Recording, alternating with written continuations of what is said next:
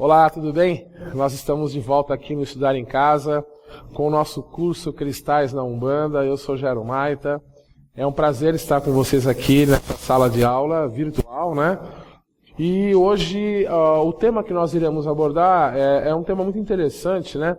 Dentro dessa questão mineral das pedras, nós vamos falar um pouquinho sobre as dimensões minerais, né? Ainda existe uma grande dificuldade dentro da Umbanda de nós compreendermos, dentro do que tange a criação de Deus, os campos propiciatórios aonde se tem o aglomerado de energias para poder criar as formas.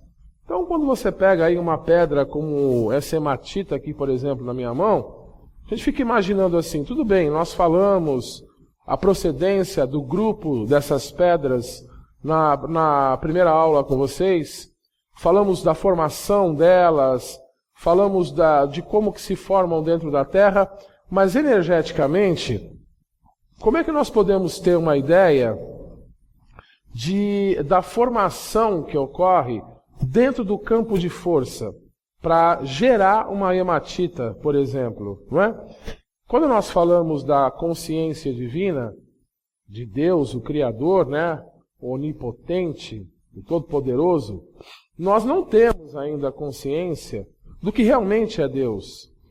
Faça um exercício aí, né, na sua casa, onde você está estudando conosco. Procure depois assistir o vídeo, começar a remontar na tua mente a ideia de Deus. O que é Deus, né? Pense assim, ele nunca foi criado, ele sempre existiu. Tenta pensar nisso em tempos remotos, a sua mente trava. E por que ela trava? Ela trava porque você ainda, nós, né, aliás, não estamos preparados para compreender essa verdade absoluta de Deus. O nosso grau de desenvolvimento aqui na Terra, ele ainda é muito pequeno perante a grandiosidade de Deus. Eu prefiro, gente, chamar de Deus, mas você pode chamar de Olorum, Olodumare, Zambi, Nizambi, como você se sentir melhor. Eu, dentro da Umbanda, dentro da minha casa e na minha vida, prefiro chamar de Deus, simplesmente, né? Às vezes até muda um pouquinho para ter uma compreensão maior do universalismo de Deus, né? Que Deus não é da Umbanda, Deus não é da Igreja Católica, do protestantismo. Deus, ele é o Pai de todos, né? E está em todos os lugares ao mesmo tempo. Ó, mais um toque aí para o seu exercício, né? Como é que um ser pode estar em vários lugares ao mesmo tempo? O cara tem que ser bom, não é? Pois bem, imaginemos a criação divina, não com aquelas histórias que trouxeram para nós, mas imaginemos a criação divina dividindo, para ficar mais fácil a compreensão, setores aonde se aglomeram energias e seres que vibram dentro dessas energias. Isso é um preâmbulo para o que nós chamamos de dimensão.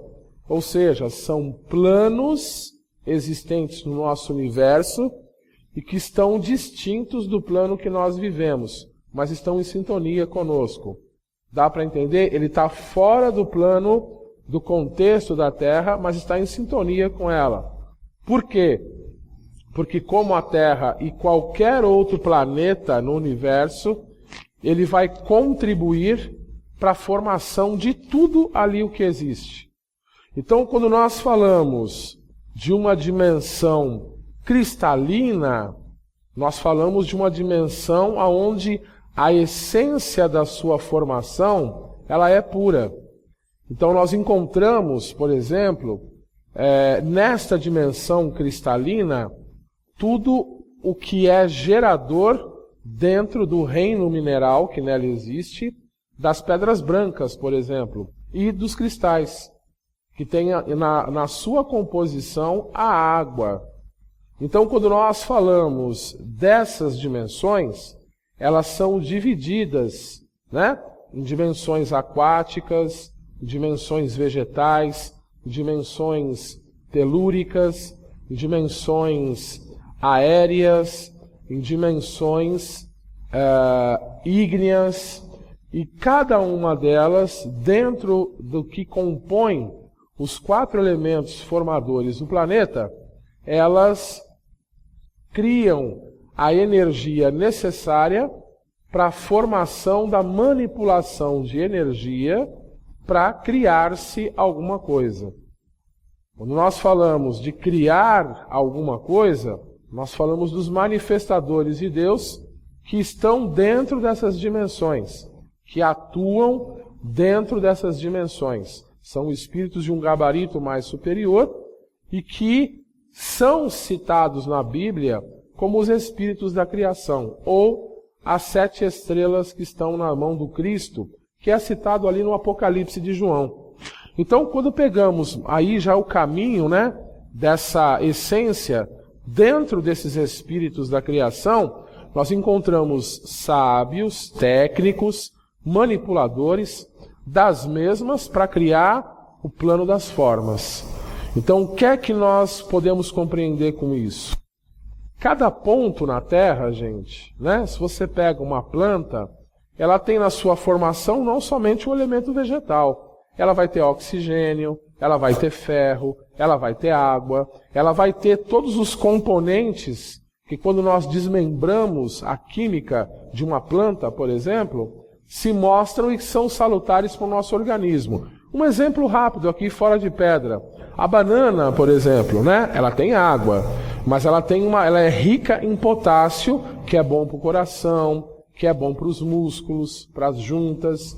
Então, quando nós necessitamos de uma fruta como essa, nosso organismo está debilitado dessas vitaminas e é um repositório de vitaminas para o nosso organismo. Quando nós falamos de pedras, nós temos dimensões minerais, aonde espíritos gabaritados na mesma para a criação das formas das pedras trabalham dentro do que chamamos de vontade divina, onde você encontra a manifestação da vontade divina. Vá lá em Gênesis, na Bíblia.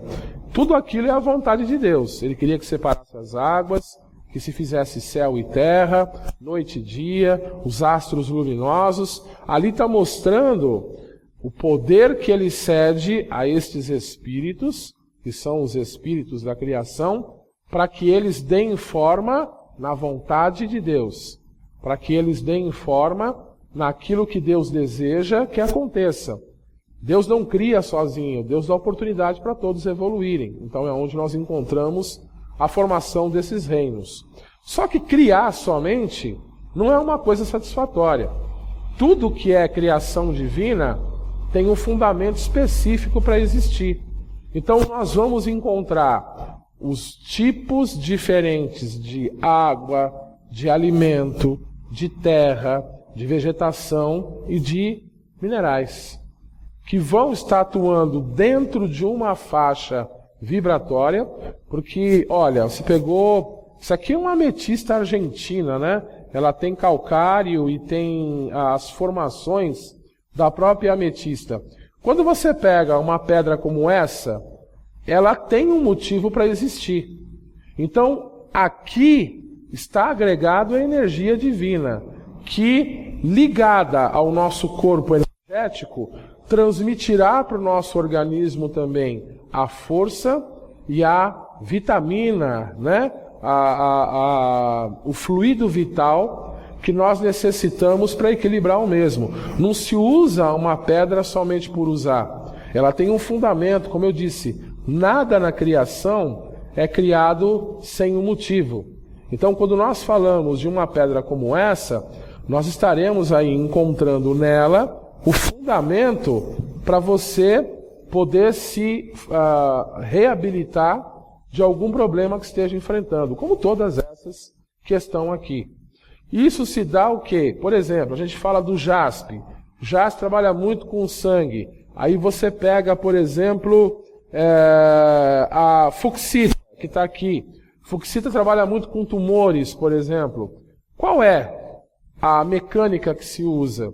Na criação, as dimensões são divididas em grupos e esses grupos criam os elementos que na sua fusão é aquilo. O que formou esse citrino? Tem uma série de procedimentos que formaram. E o quartzo rosa, e esse cristal fosco, e a turmalina negra. Tem uma série de elementos que confabularam positivamente para a formação desses reinos, para chegar na matéria final, que agrega aí sim uma energia específica, que quando bem trabalhada, dentro da força de um orixá, ou mesmo dentro da bioenergia, ela vai estar atuando positivamente num problema físico, num problema energético, num problema espiritual, emocional, que uma pessoa esteja passando, ou mesmo que um ambiente necessite de energização. Aqui nós gravamos no meu centro. Então eu tenho várias pedras espalhadas aqui dentro com orientação dos meus guias, mas cada uma tem um fundamento, e quando nós aprendemos o fundamento, pessoal os alunos, os médiuns daqui que já estudaram comigo, eles entram, eles sabem exatamente o porquê que a pedra está ali. E você também vai aprender com o curso a saber o que é que você pode usar em ambientes, em pessoas, né? Para você poder se favorecer dessa energia mineral. Só que isso parte, no seu princípio, na sua origem, das dimensões, que são campos separados, criados por Deus, aonde se aglomera a essência da formação das pedras. A essência de cada uma dessas pedras, que vai, manipulada pela força dos engenheiros siderais, espíritos da criação, ou manifestadores dessas dimensões, dentro do plano das formas, criar isso que nós temos aqui, que é bonito, antes de mais nada, mas que agrega uma força imensa no trabalho que nós estamos a realizar. Então, não existe uma pedra, mesmo um pedregulho, que você chute no chão, ele há um fundamento dentro da sua criação. Haverá uma aula aqui que nós vamos colocar só pedra rústica, para vocês compreenderem a manipulação delas. Tudo que é criado por Deus, ele tem um fundamento na criação e, principalmente, ele está ligado a uma dimensão que deu os recursos energéticos para eles poderem ser formados. Nestas dimensões, nós podemos encontrar, dentro da vertente umbandista, o que é a irradiação de orixá. Então você tem uma dimensão mineral ligado aos fatores de Oxalá, ou seja, que é a energia da fé. Você tem um fator mineral ligado a ela. Você tem um fator mineral ligado à energia de Mãe Oiá. Você tem um fator mineral à dimensão de Oxum. Você tem um fator mineral à dimensão de Oxumaré. Eu estou usando um lazuli aqui hoje, né? De meu pai Oxumaré. Você tem uma dimensão mineral de Oxóssi, de Obá, de Xangô, de Nhansã, de Ogum, de Egunitá, de Obaluaê e Nanã, de Iemanjá e Omolu, e você tem as dimensões minerais também nas forças que agregam Exu, Bombogira e Exu Mirim. Então você tem os campos propiciatórios de energia que são utilizados de duas maneiras, para a formação desses elementos e também para a manipulação da energia. Suponhamos que não exista mais esse tipo de ametista aqui que eu mostrei para vocês. Não se usa mais essa força? Se usa porque existe o que chamamos e conhecemos da contraparte etérea desse elemento. O que é a contraparte etérea? É exatamente o que se encontra nas dimensões minerais. É a capacidade de eu estar ativando uma energia ligada a essa pedra e que eu não tenho a pedra ali para me utilizar dela. Nós vamos ensinar de maneira simples como é que você pode estar fazendo isso no curso.